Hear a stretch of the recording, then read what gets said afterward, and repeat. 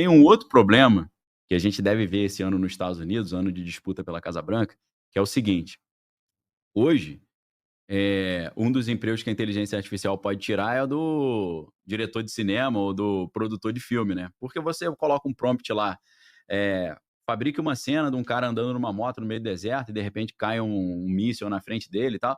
Ele faz a cena perfeita. E aí, esse é um dos grandes problemas, que é a inteligência artificial vai acabar com a distinção entre realidade e ficção. Isso. Você não vai saber mais o que que é real e o que que não é real. Então, o que que isso vai gerar? Isso vai gerar o seguinte, aí alguns analistas acham que aí tem uma grande arapuca.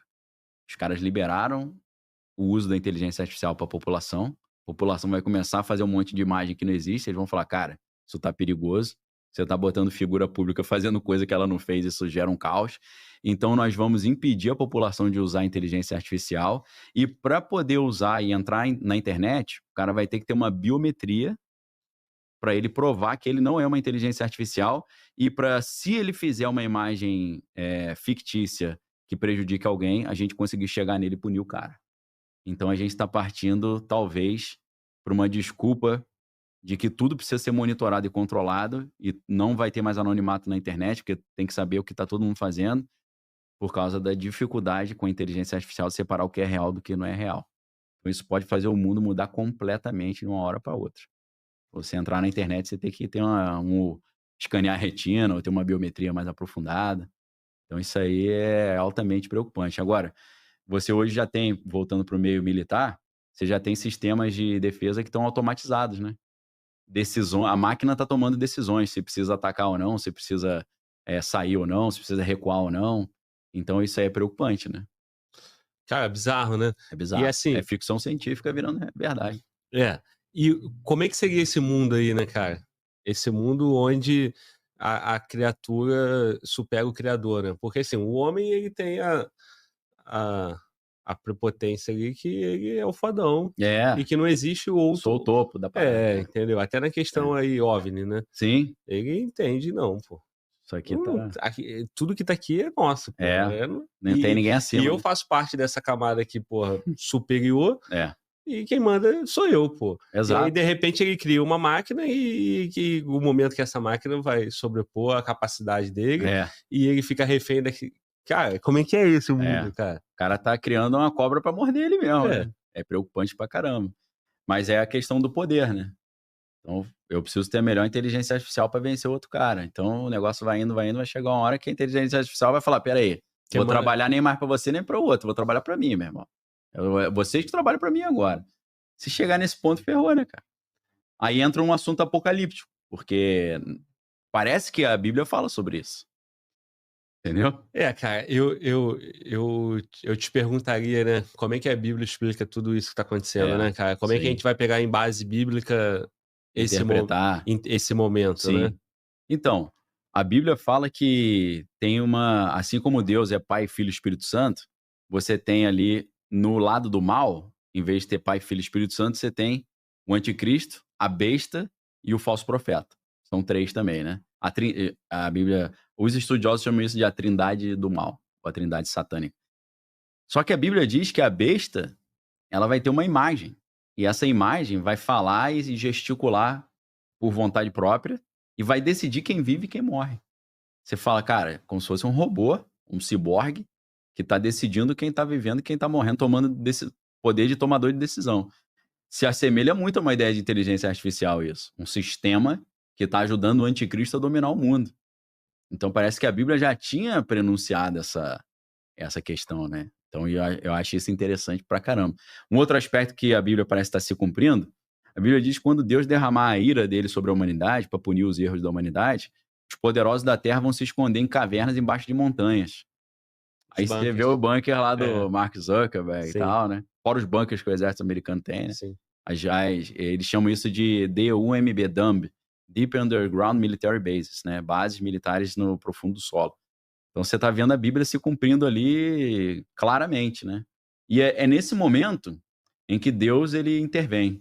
Parece que chegam alguns momentos na história, Deus chegou e falou: "Parou, parou. Daqui eu não vou permitir passar não".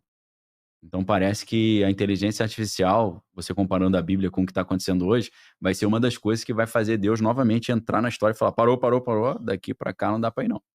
Se você perguntar qual foi a outra vez que ele fez isso, a Torre de Babel. A Torre de Babel tem uma história misteriosíssima, né? Porque Deus tinha mandado o dilúvio, aí morreu todo mundo, a não ser Noé e os 3 filhos, né? Sem cães, Jafé e as esposas, então 8 pessoas. Inclusive, até na escrita chinesa, o desenho para dilúvio é um barquinho com 8 pessoas dentro, né? Exatamente o que a Bíblia fala, né? Que era Noé, 100 cães, Jafé e 4 homens e as 4 esposas, né? Então, uma curiosidade. Para quem nunca estudou isso também, dilúvio é uma coisa que está em quase todas as culturas do planeta, né? Várias tribos indígenas têm essa história do dilúvio. E aí Deus mandou o dilúvio e depois que a humanidade estava se reconstruindo, ele falou assim: olha, não fiquem todos num único lugar, se espalhem pela terra. Vai cada um para um lado, povoem a terra. Só que aí um cara chamado Nimrod, ele falou: não, cara, quero ficar aqui. E aí eles ficaram num lugar que a Bíblia chama de Península do Sinar, que tem a ver com a Babilônia. Depois a Babilônia, hoje o Iraque, né? E aí, ali, segundo o historiador Flávio Josefo vai nos ajudar a entender no livro História dos Hebreus, o que eles fizeram?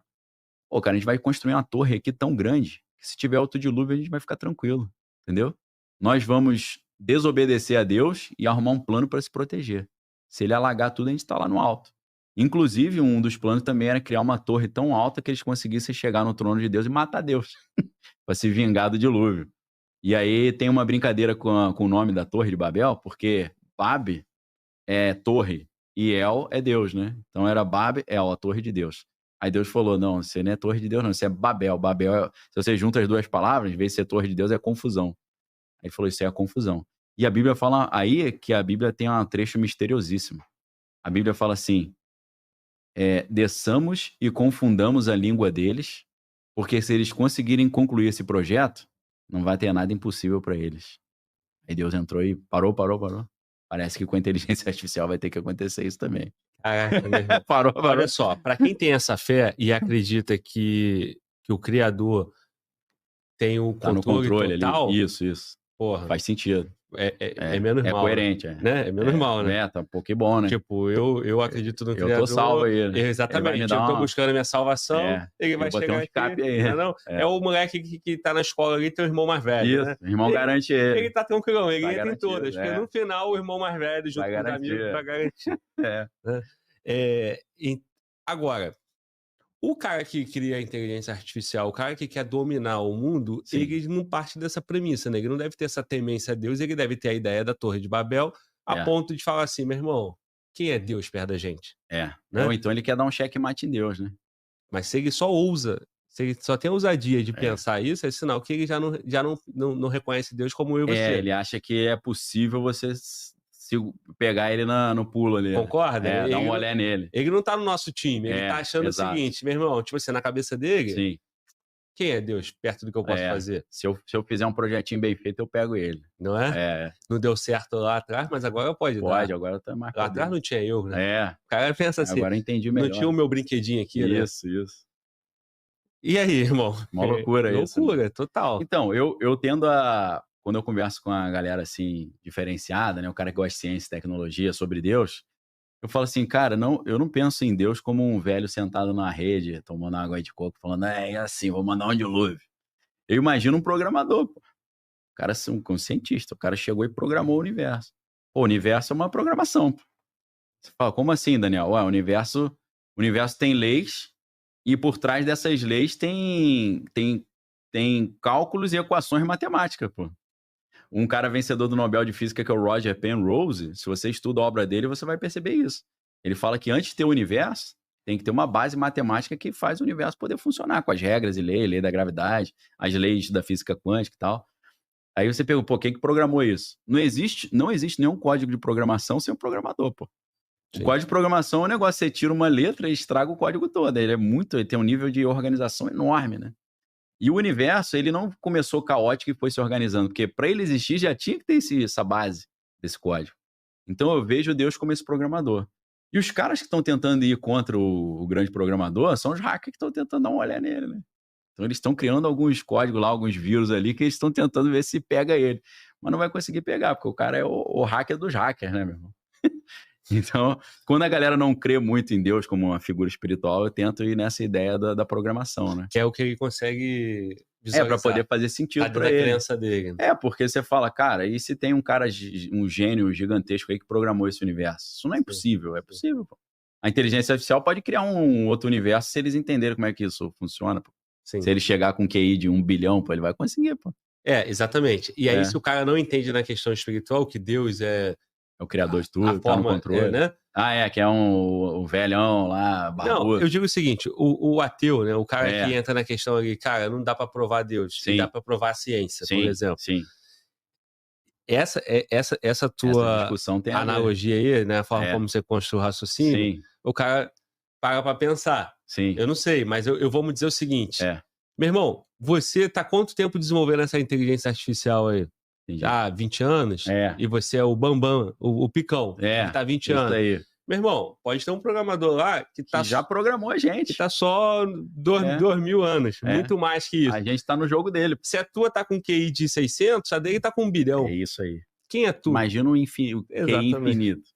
É isso, cara. Sinistro, hein? É. E aí, dá pra você interpretar até a batalha espiritual nesse sentido.